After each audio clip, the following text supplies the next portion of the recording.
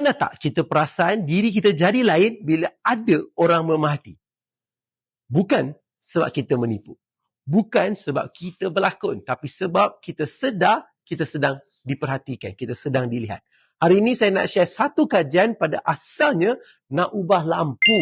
Tapi akhirnya mengubah cara dunia memahami manusia.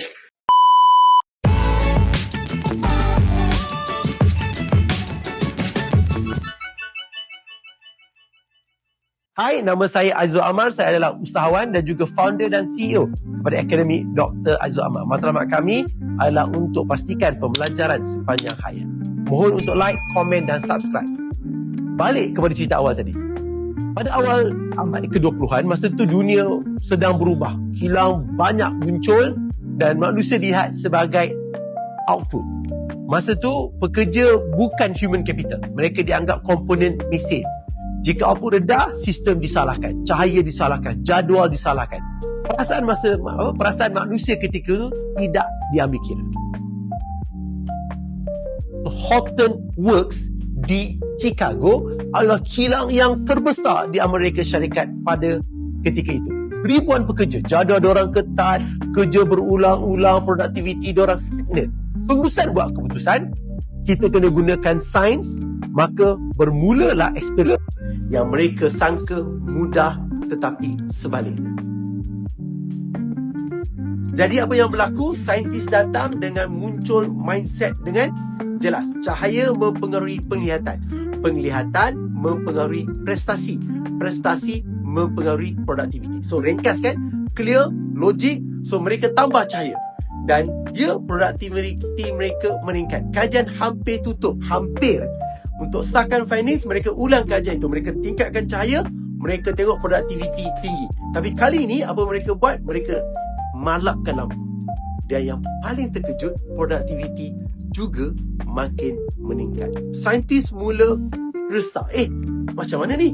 Naik, tutup lampu, rendahkan, gemalapkan lampu, produktiviti tinggi. Naikkan lampu, produktiviti juga tinggi. Apa yang berlaku ini? Saintis mula resah. Mereka ubah apa? Mereka tukar pula. Okey, lampu tak payah tukar. Mereka tukar waktu kerja. Mereka tukar tempoh kerja. Mereka tukar tempat susunan. Apa saja mereka ubah, hasil tetap sama, produktiviti tetap naik.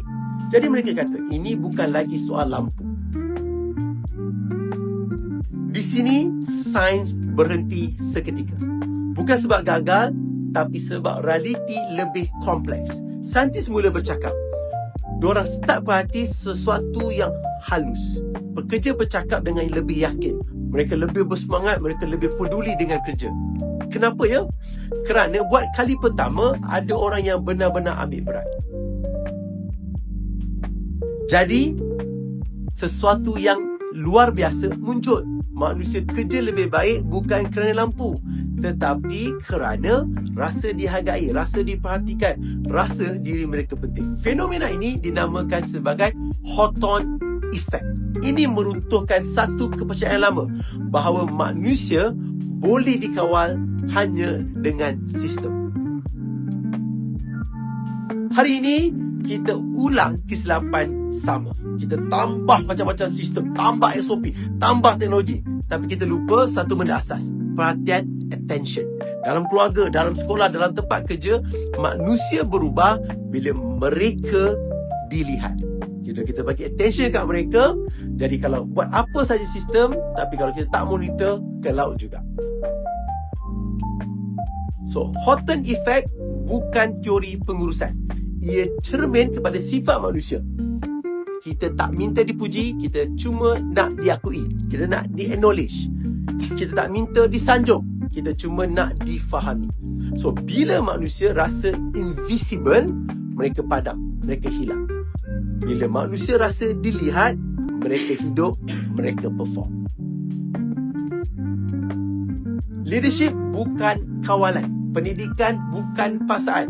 Ia tentang kehadiran, present. Kehadiran yang jujur.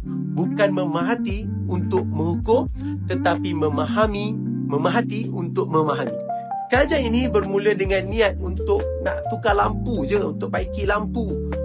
Tapi akhirnya, dengan kebenaran pahit, yang gelap sebenarnya bukan kilang, tapi cara kita melihat manusia.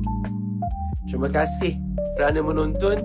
Jika video ini memberi makna, tekan like, share dan subscribe. Semoga perkongsian ini memberi manfaat kepada kita semua. Akademi Dr. Aizul Amal, pembelajaran sepanjang hayat.